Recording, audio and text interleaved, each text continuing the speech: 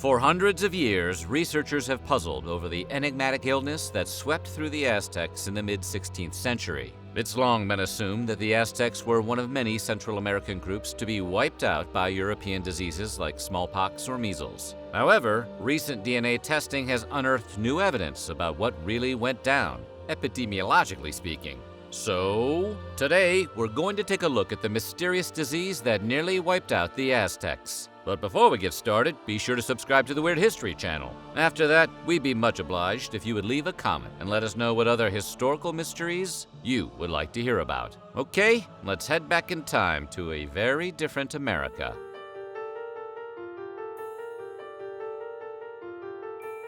From approximately 1300 to 1521, the Aztecs lived and flourished in the area that today is central Mexico. The empire started as a confederation of three city-states, Texcoco, Tlacopan, and Tenochtitlan, and included various different ethnic groups, most of whom spoke the Nahuatl language. Aztec culture revolved around a social division between the nobility, Pipiltin, and commoners, known as Masahualtin. Religious life featured a pantheon that included gods like Quetzalcoatl, Tezcatlipoca, and Tlaloc, while day-to-day life included activities like maize cultivation and a calendric system that had 365 days. The Aztecs even had an equal educational system that provided instruction to girls as well as boys, although each group was instructed in different topics according to their gender. Basically, the ancient Aztec equivalent of splitting kids up between shop class and home ec. Weird History regulars who saw our video on Aztec hygiene might also remember that the Aztecs had an impressive dedication to cleanliness and purity,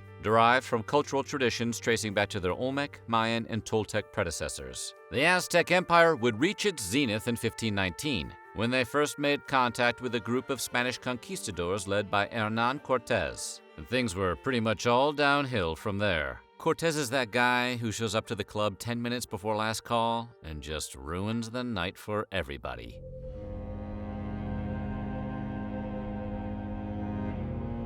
In the years spanning 1519 to 1520, the Aztecs faced a smallpox epidemic that claimed 5 to 8 million lives. But sadly, that would only be the start of their troubles. Things would get particularly bad in the years 1545 to 1550, when the civilization experienced a deadly outbreak of disease that killed anywhere from 5 to 15 million people. The Aztecs called the disease cocoliztli, which means pest in the Nahuatl language. Pest? Feels like they could have used a stronger word. No need to take it easy on the plague, fellas.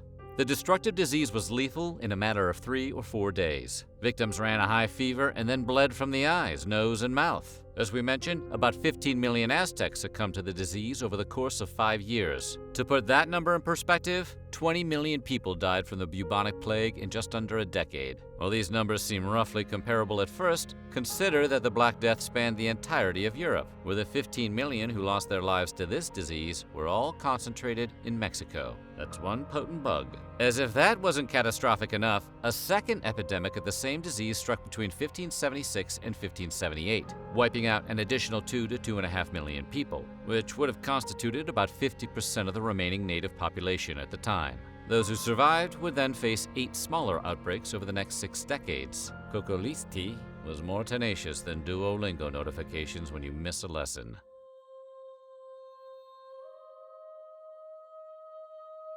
For many years, scientists have been trying to determine what exactly cocoliztli was, and how it tore through the Aztecs in such a relatively short period of time. Theories have included everything from Ebola to one of the many diseases carried across the Atlantic by Spanish explorers. After all, they carried pestilence around with them like luggage. In January 2018, however, researchers made an interesting discovery. New evidence indicated that at least some of the Aztec population died from a strain of salmonella called Paratyphi C. German scientists first discovered that Paratyphi C was responsible for the death of a portion of the Aztec population by studying DNA collected from the teeth of 29 skeletons in Mexico, which was found to contain the lethal bacteria. According to one of the contributing researchers at the Max Planck Institute for the Science of Human History, skeletons typically don't show visible marks or traces of disease. In this case, the German scientists were able to use a new screening technique, the Megan Alignment Tool, or MALT, to identify the Salmonella DNA sequences. This variant of Salmonella presents itself as typhoid fever, and by all accounts it could have been spread by any of several ways, such as via food or water, or by rodents. It's always the rats. You nearly wipe out all of Europe one time, and suddenly everything is your fault.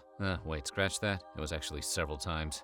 Man, what is their problem? So why rats? We know from contemporary accounts that the Spanish treated the Aztecs as slaves. They were poorly fed and clothed, and were regularly overworked as laborers on farms and in mines. This harsh treatment would have kept them in a compromised physical state, while regularly putting them in close proximity to rodents. However it may have spread, those infected with paratyphi C would experience rashes, fever, vomiting, and a high likelihood of death.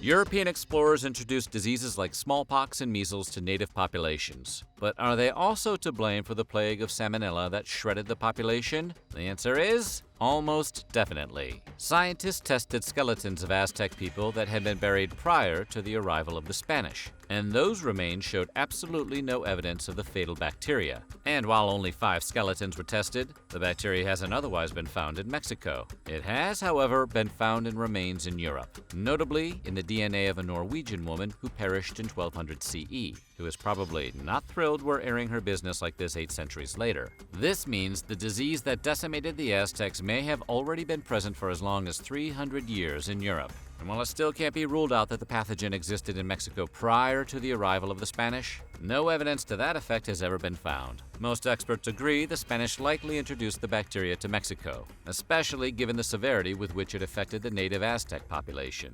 Man, European explorers were just rolling through the Americas surrounded by a cloud of disease like a Peanuts character. You know, Rat Boy, whatever his name is, you know the one.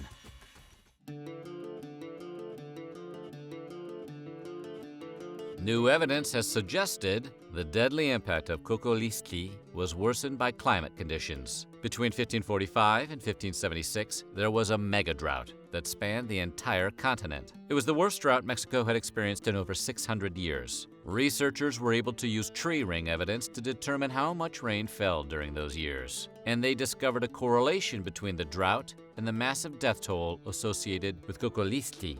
Meanwhile, the disease was notably absent from warmer, wetter areas like the Gulf of Mexico, so it apparently avoided water like the aliens from Signs. Additionally, while a large number of the Aztecs succumbed to cocoliztli and smallpox, it certainly wasn't the only thing wiping them out. Many were also killed in the form of human sacrifice. The amount of people lost to human sacrifice is still a mystery, but some scholars estimate a jaw-dropping 20,000 people a year may have been ritually slain.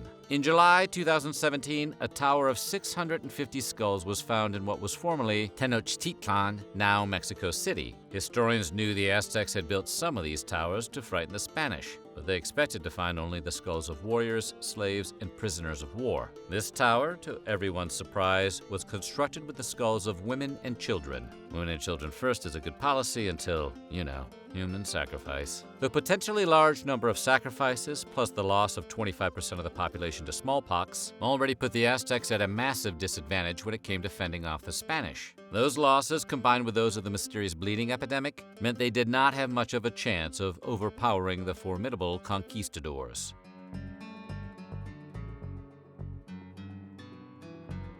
Francisco Hernandez, who was the physician of King Philip II of Spain, provided a descriptive written account of the mysterious condition affecting the Aztecs. The symptoms as he reported them included fever, headaches, vertigo, dark urine, black tongue, large nodules on the neck and face, neurological problems, and, most notably, bleeding from the eyes, nose, and mouth. That's a buffet of horrors. While researchers accept Hernandez's description, as he was arguably the most medically knowledgeable person of the time, the symptoms he described have yet to specifically line up with any one known disease. For example, a salmonella infection wouldn't explain the facial bleeding. If it did, more people lurching out of a Taco Bell would look like they got maced at a Guar concert. And as groundbreaking as the DNA evidence of a bacterial infection may be, the conclusions of the German team are far from definitive. The salmonella theory is based on DNA from the remains of only 29 individuals out of millions who perished. And some reports say the salmonella bacteria was actually only found in 10 skeletons. Ultimately, more burial sites will need to be tested before anything can be said for certain.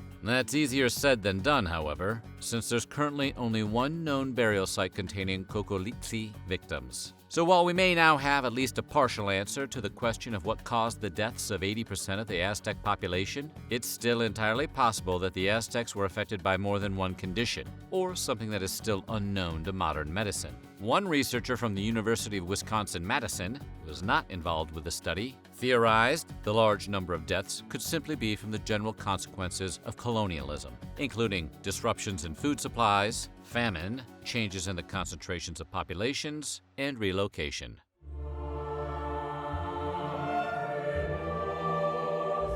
Regardless of what exactly wiped out 80% of the Aztecs, whether it was salmonella or rat-borne illness exacerbated by climate change, they were not the only native population to suffer devastating consequences at the hands of disease. As far as anyone can tell, prior to the arrival of Europeans, North America was largely free of diseases, especially aggressive ones like smallpox. Direct contact with European settlers wasn't even required. The diseases spread on trade routes. In many cases, Europeans found completely empty villages by the time they ventured further into the New World. For many years, it was thought North America simply wasn't heavily populated. In reality, the Native Americans had already been killed off by diseases to which they had no immunity. So while we still don't know the precise identity of the disease that ravaged the Aztecs, what we do know is that Europeans remain undefeated at being the plague rats of the Western world. So what do you think? What happened to the Aztecs? Let us know in the comments below, and while you're at it, check out some of these other videos from our weird history.